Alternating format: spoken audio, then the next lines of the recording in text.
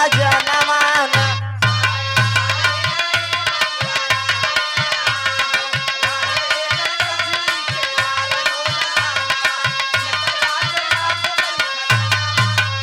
अरे जियतई बाटे बाबू कुल खजनवा, ये भैया जियतई बाटे बाबू। कहे राय ये भैया राय, अरे राय ये बाबू राय। राय एक चौधरी के चारी गो ललाना, जियतई बाटे बाबू कुल खजनवा।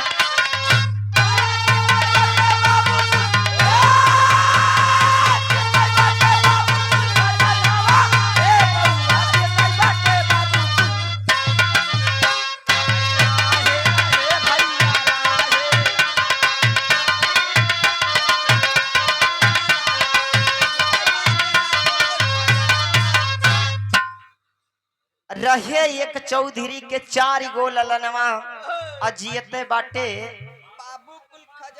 बाबू कुल खजनवा नाम। यही चार पुत्र हैं और यही पिता है।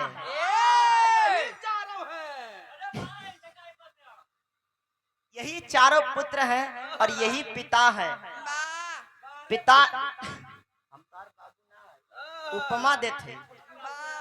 हाँ, एक गांव था, एक बड़ी ही अच्छे सरपंच थे जिनके चार पुत्र। चारों पुत्र का नाम, बड़े बेटे का नाम अरुण, छोटे बेटे दूसरे बेटे का नाम पंडारी, तीसरे बेटे का नाम पिंटू और चौथे बेटे का नाम भोला। गौर करेंगे चारों भाई थे और चारों के पिता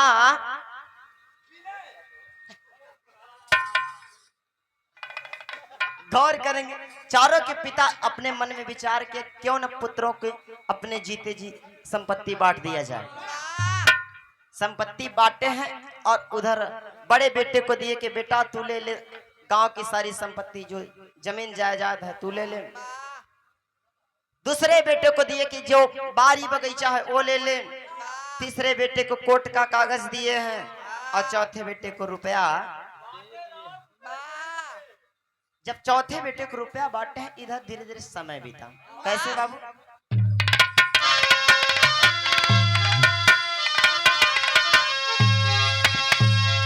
तब कुछ दिन बाद बाबू गए सर गसीधारी। अरे घरावा में माँ चाहे राढ़ बड़ी भा।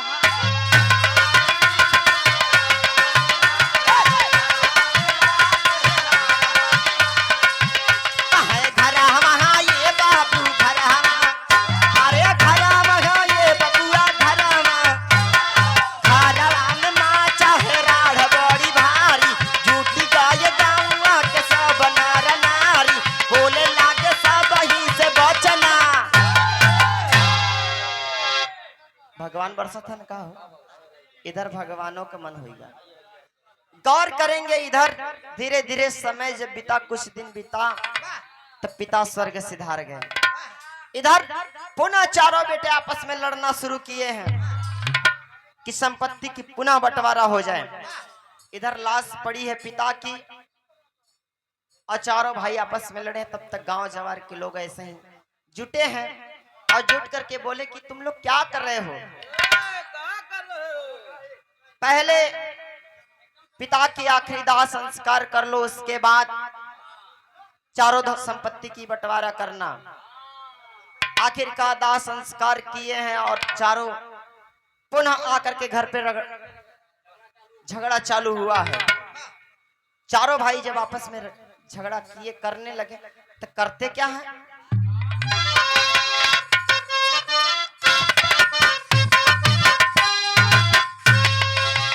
कहीं लड़ाते या ये भैया लड़ाते या, अरे लड़ाते या ये भैया लड़ाते। लड़ाई लागे आपस में ये चार रहू गिराना, ये कोई बात बाबू कुल खजाना।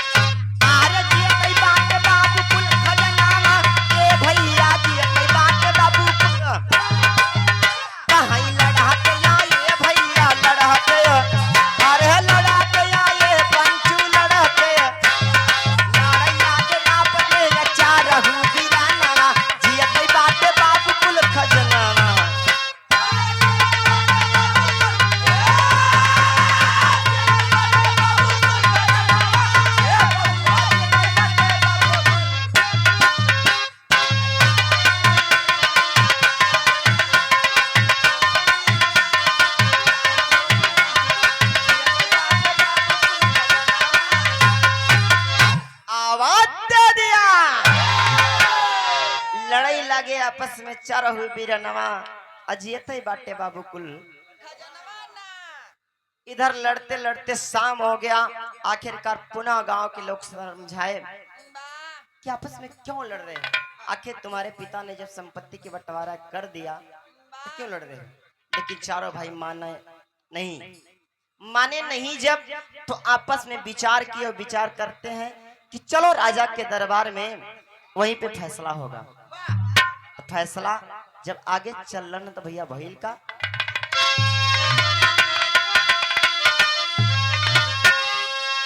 तो चारों भाई बनवा में पहुंचे हैं जाई।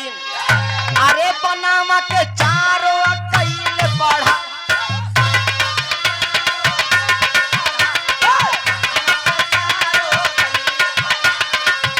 कहे बनवा ये भैया बनवा।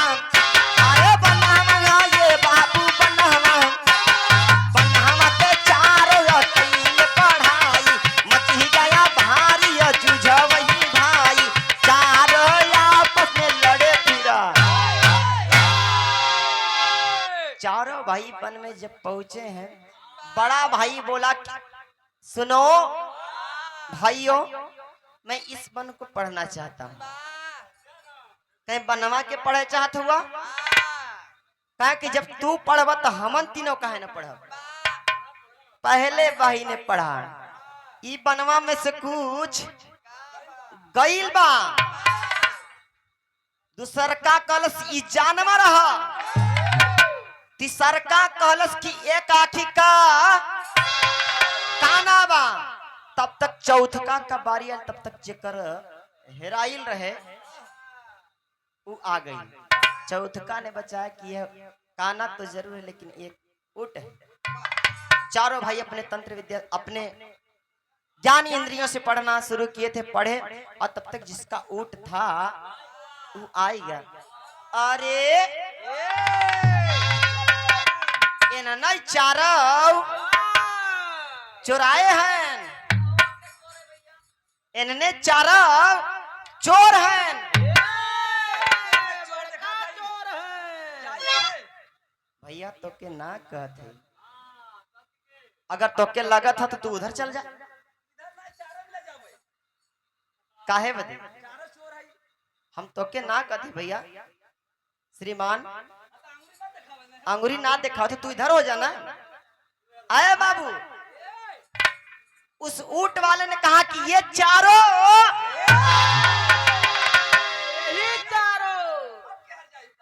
हम भैया हाथ है इधर चला जा। और भाई जो भोजन नहीं किए हैं आप लोग भोजन करते रहे, गाना वहां तक सुनाई पड़ता रहेगा। बहुत प्यार दुलार आशीर्वाद आप लोगों का है, स्नेह है, शांति बना करके जो आप लोग सुन रहे हैं यही मेरे लिए काफी है। ये चारों भाई चोर हैं। आखिरकार चारों बोले कि मैं चोर हूं, तुम्हें चोर समझ में आ रहा हूं। चारों भाइयों को उस ऊंट वाले ने पकड़ा है, कहे कि चलो राजा के दरबार में वहीं पे हमारी तुम्हारी फैसला। पहुंचला ने कहा बाबू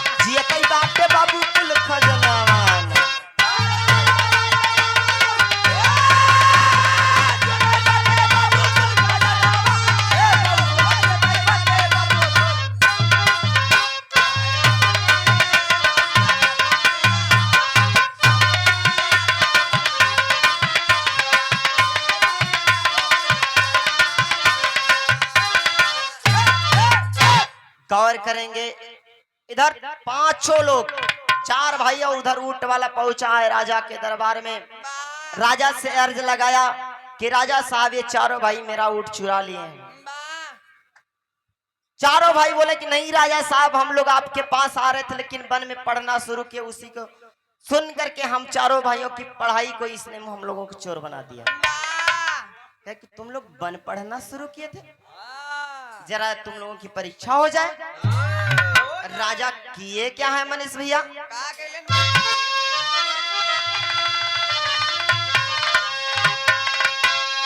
तो राजा वही दम एक डिब्बा लाई, अरे अंदर एक अद्भुत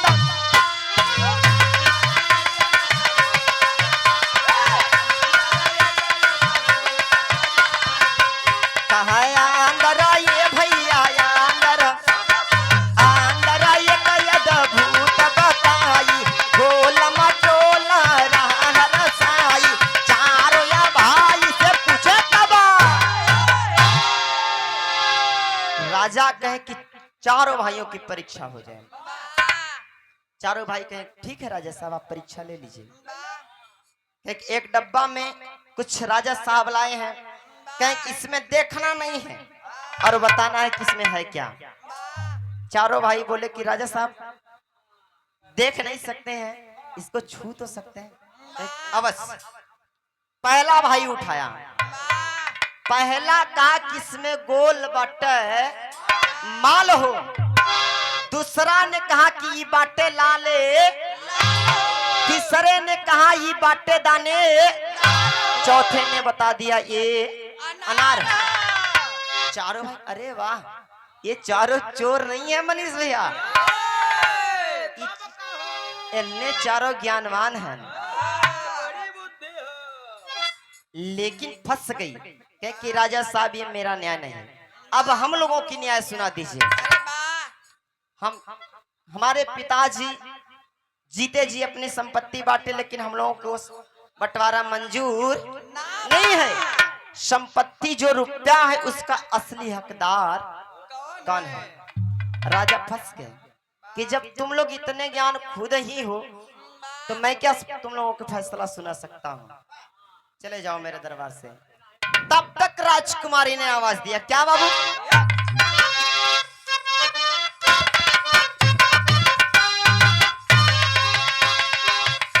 है बोलिया ये भैया बोलिया, अरे बोलिया ये भैया बोलिया, बोली राजकुमारी देख वही का बछाना, ये बात बाबू कुल खजनवा।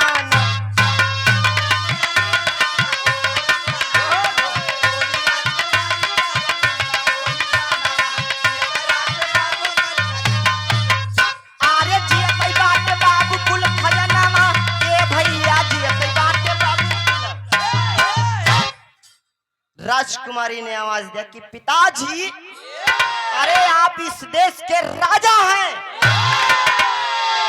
क्या फैसला नहीं सुना सकते हैं? तो एक काम कीजिए कि मैं फैसला सुनाती हूँ, लेकिन इन चारों भाइयों को करना क्या होगा, जरा फिर से गुरुजी वाली लाइन, 4 लाइन।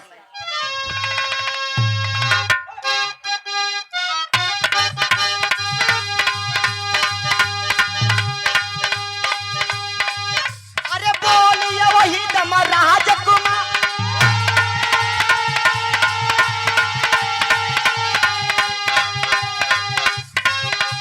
अरे सुनिए पति यहाँ ध्यान ला,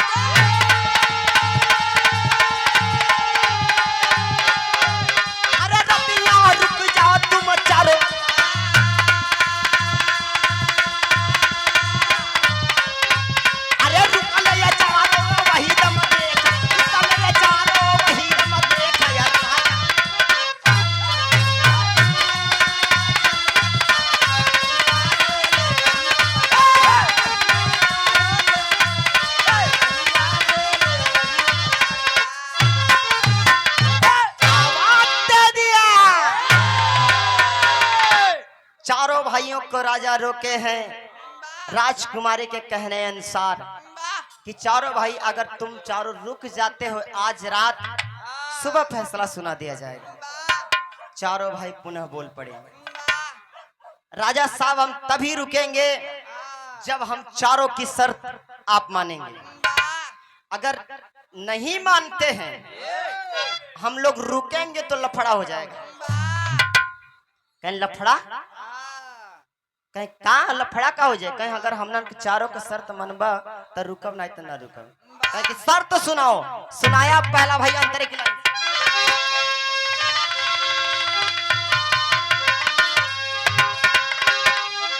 तब पहला बोला ताजा भात दीजे खिलाई, अरे दूसरा बकरा के मांसहर,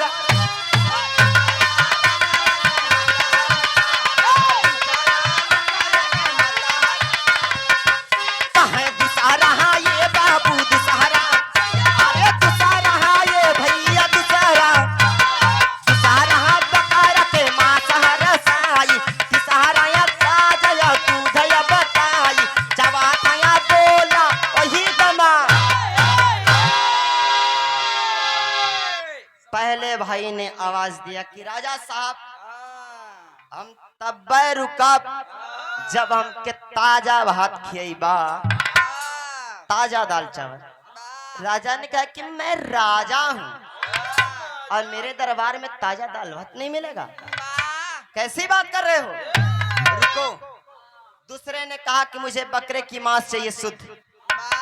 राजा ने पहुंचे बकरे काटने वाले के पास, वहां से बकरा के चेक करके अनिहारे ओजरारे चेक करके तब बकरा कटौलन। कहीं बकरी ना ई बकरा है, कटवा के लिए अलन। इधर तीसरे भाई ने आवाज दिया कि मुझे शुद्ध भैंस के दूध का दही चाहिए। राजा ने वो भी यादव के घर गए, आज इस बिरादरी में पहुंचे हैं, कहें ठीक है लाता हूँ शुद्ध दूध, भैंस की दूध का दही मनीष भैया। चौथे ने आवाज दिया, जब राजा चौथे के पास पहुंचे हैं, चौथे ने आवाज क्या दिया,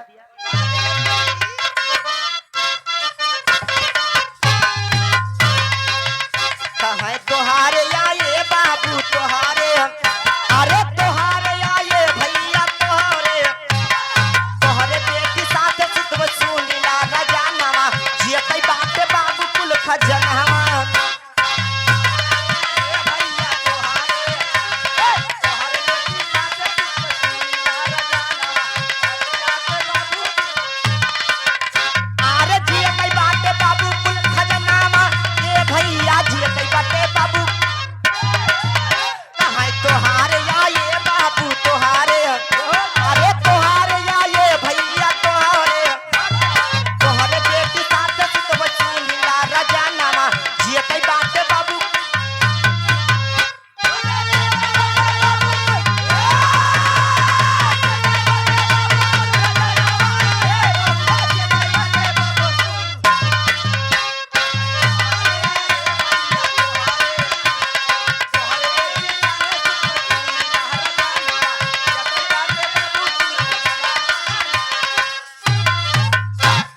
कभी की कलम संकेत की।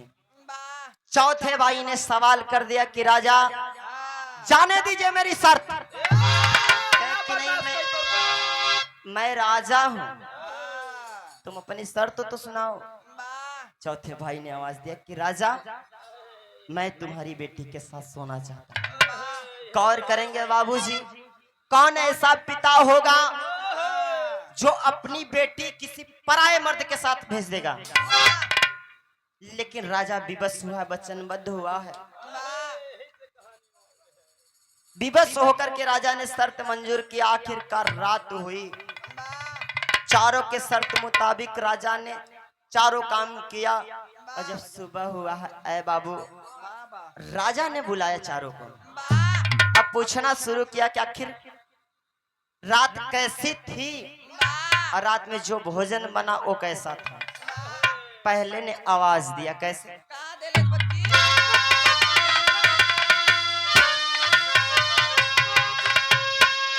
तब पहला बोला बासी भात अरे दिहला खियाई, अरे दूसरा कुकुरा के मांसहर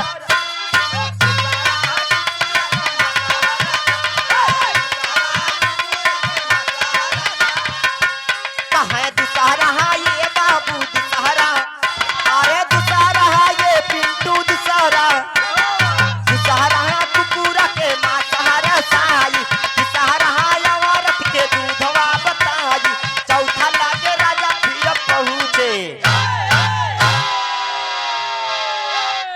गौर करेंगे बाबूजी, राजा चारों भाइयों को बुलाए, पूछना शुरू किया आखिर जो मैंने दाल चावल बनवाकर आपको खिलाया वो कैसा था। राजा अरे मैंने तुमसे ताजा भात खाने के लिए बोला था।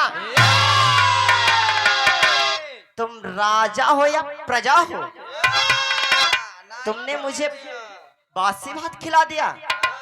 राजा चौंक गए, अरे मैंने तो मनीष भैया मैंने तो अपने रसोइये से कह करके ताजा दाल चावल बनवाया, अपने हाथों से खिलाया परोस कर, ये कह रहा बासी है। मुझे सच्चाई जाननी चाहिए, आखिर इसका मतलब क्या है। कह के राजा साहब मैं बताऊंगा, लेकिन अभी दूसरा बाकी है। दूसरे भाई के पास राजा पहुंचे, कहे कि आपको जो बकरे का मांस लाया था मैंने वो कैसा था। राजा साहब कहने कि गद्दारी कर दे। अरे दूसरा भाई कलश की गद्दारी कर देला, कहली तो से हम बकरा के मांस खाए खातिर नहीं रहल, हम के वापस कर देता। अरे तुमने कुत्ते के मांस खिला दिया। राजा कलन सरवा हम चेक कैली अपने हाथे से, बकरा है कि बकरी है सरवा, बकरी कहते तो मान लो चल जात, ये कुकुरे के मांस बतावा था। गौर करेंगे, उधर तीसरे भाई के पास पहुंचे, तीसरा ने भी जवाब दिया कि राजा मैंने कहा था भैंस के दूध का, आपने मुझे औरत के दूध का दही खिला दिया। राजा डांट पड़े, तेरा दिमाग खराब हो गया है, मैंने भैंस के दूध का दही लाया तूने, तू औरत के दूध बता रहा है। चौथे के पास जब पहुंचे हैं, चौथा ने क्या जवाब दिया जरा दट्टेरी।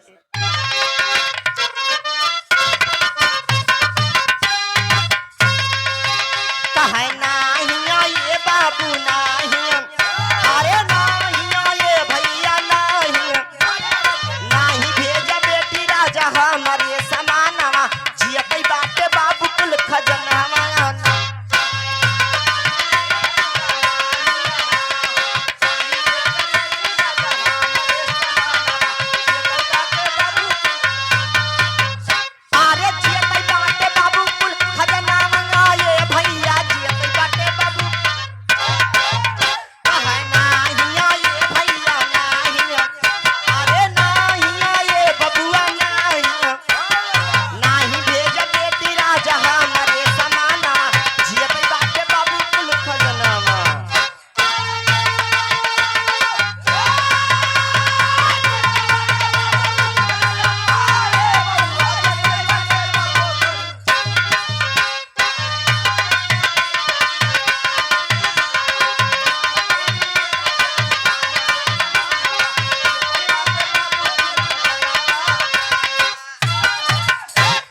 गौर करेंगे, आज ऐसे हमन का गोड़वा बन गए है, दौरी तोहन के कम पड़ा था,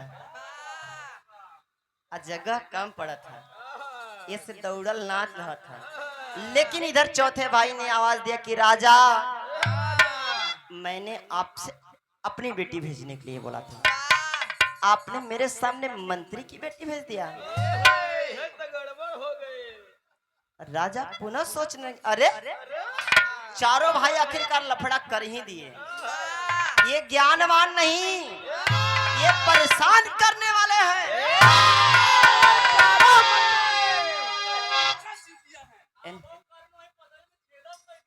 इन्हन वह काम करत हैं, देखा बा खैहन पतरी में छेद कर दी है, वैसे वास्तव में मनीष भैया एक बात बता दिए, हमारे एक भाई है राहुल जेकर नाम है, वो कहला कि जौना पतरी में खाई वो में छेद करे, वो अगर कत्तो न्योता खाए चल गई खाई ओकरे बाद गठियाई और पतरिया में छेद कर दी, कहले कि हम पुरनियन के कहावत सही करे, तो वही चारों भाई में भी गुड़ है, वही में कई श्रेष्ठ हो। हाँ वही में कई श्रेष्ठ कुर्ता पहने उजर का। गौर करेंगे इधर राजा के सामने जब चारों ऑप्शन खड़ा कर दिए, राजा सोचना शुरू कर दिए, कहे कि साबित करो मुझे। चौथे ने जब कहा कि ये आपकी बेटी नहीं है, राजा ये तो मंत्री की बेटी है। राजा कल मंत्री का हमार बेटी है, सर्वा मंत्री के बतावा था। साबित करना शुरू किए हैं। आखिरकार जिस किसान ने चावल उपजाया था उससे बुलाया गया, उसने बताया, क्या बताया जरा 4 लाइन से दे बाबू दे।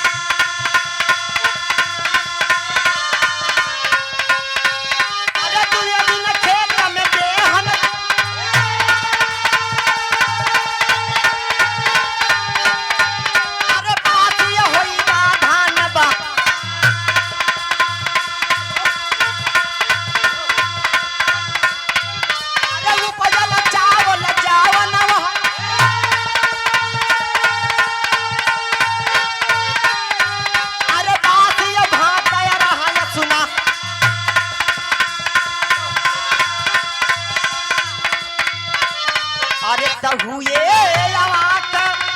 वही दम राजा, अरे चारों को ज्ञानवान।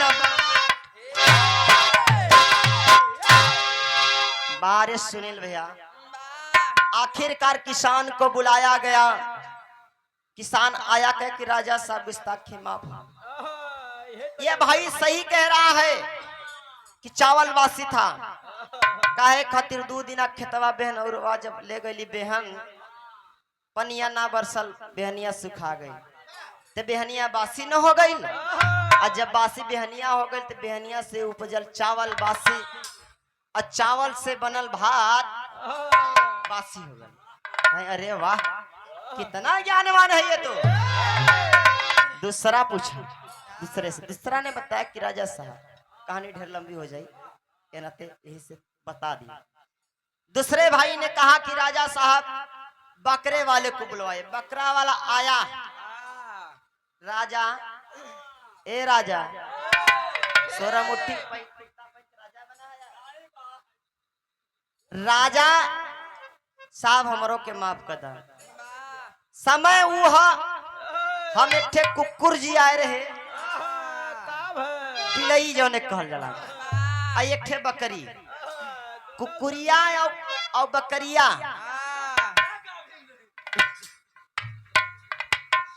दोनों संगे बच्चा देली। और जब दोनों संगे बच्चा देली, समय बीता, बकरिया मर गई। जब बकरिया मर गई तो जौन बच्चवा रहल बकरवा, वो कुकुरिया का दूध पी के, कुकुरिया का दूध पी के जब सयान भइल है, उ बकरा नानू होई तो उ कुकुरे ने कहाई। गौर करें, उसने पहचान किया, हंसी मजाक की। ये देखो मांस खाने वाले बता रहे हैं। लेकिन तीसरे भाई ने कहा कि राजा साहब उससे भी बुलाया जाए जिस औरत ने दूध और दही दिया है। वो औलस कल की राजा हमरों के माफ कर दा। राजा ऐसे करत था, आचर मोड़ले हा, राजा हमरों के माफ कर दा। इस भाई ने सही बताया, जौने समय हम दही जमावे जात रही, हमार बच्चा स्तनपान करत रहल, रोवे के कारण स्तन मुख से छूटा है, और मुख से जब छूटा है एक बूंद दूध उसी मटके में जाकर गिरा है और उसी दूध का पहचान इस भाई ने करा। जब तीसरे भाई ने उसका पहचान किया तब तक चौथे का नंबर आ गया। चौथे ने रानी को बुलवाया। जब रानी को बुलाया तो जरा दे बच्ची टेरी।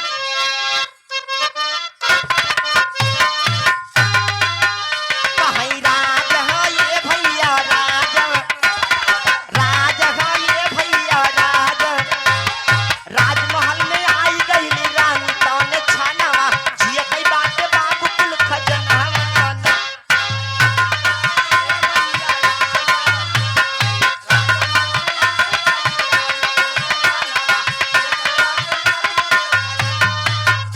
अरे जिए कई बात बाबू कुल खजना, ये भैया जिए कई बात बाबू कुल।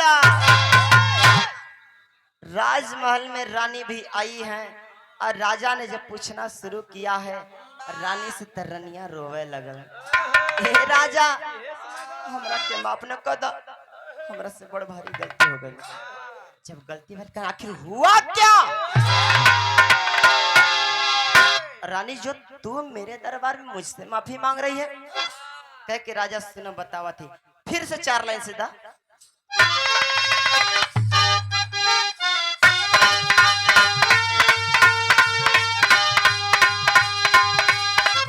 अरे रानी वही जमराज से बोल,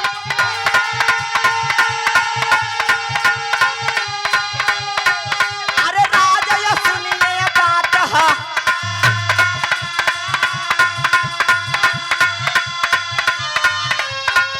अरे करन शिकार या गइल या,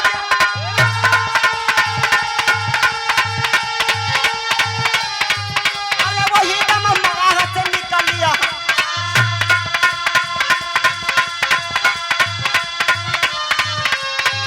अरे आई रम कुछ भी न भवन तू,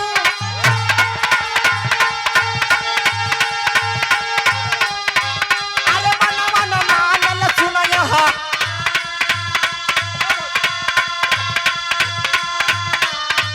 अरे वही दम मान से लड़ी गया हम, वही दम मान से लड़ी गया हम बोलना हूँ। अरे वही दम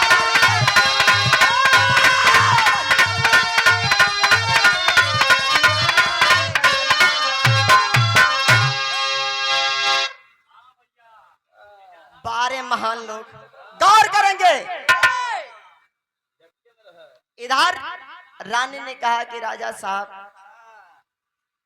जिस समय आप शिकार करने के लिए जंगल गए, समय कुछ दिन बीत गया, आप घर नहीं आए। उसी समय में मासिक धर्म से निकली और जब आप नहीं आए तो सेज पर मैं अकेली तड़पड़ा रही थी। उसी समय मेरा मंत्री से नैनचार हुआ और जब नैनचार हुआ तो नैनचार ही 4 में प्यार बढ़ा। उसी की अंश ये बेटी है। राजा अब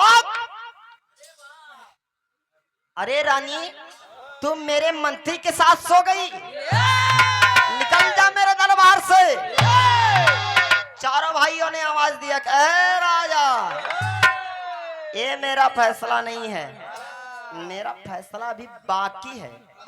ये तो आप अपनी रानी को सजा दे रहे हैं। अरे गलती जब कर रहे थे उस समय तुम्हें नहीं ध्यान आया?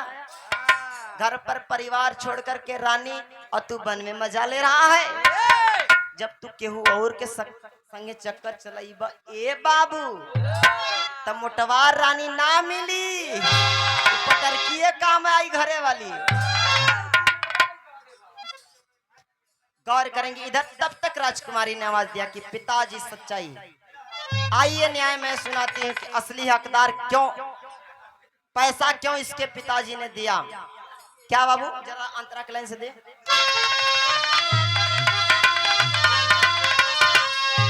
तो रुपया का मालिक छोटा भाई को बताइए, अरे वही दम फैसला राजकुमारी सु।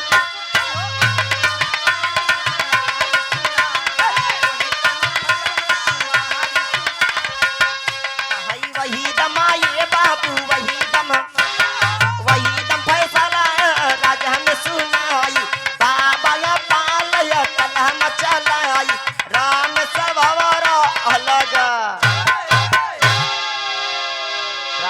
कुमारी ने कहा कि पिताजी हाथी घूमे गांव गांव जेकर हाथी वही का नाम, आखिर कुछ भी हो जाए लेकिन हम बिटिया तो आप पे ना कही। राजा ने कहा कि बात तो सही है बेटी, लेकिन इन लोगों का फैसला क्या कि सच्चाई है कि ये चौथा भाई जो है ये मेरे साथ कुछ किया नहीं, यह अय्यास नहीं है। चारों बहुत ज्ञानवान है पिताजी, इसलिए चौथे भाई को पिताजी जो रुपया पैसा दिए हैं इसी कारण दिए हैं। अगर यह अय्यास होता तो पैसा सारा लुटा देता, इसकी पहचान यही है। इसी पे कहानी समाप्त होती है। दा बाबू तेरी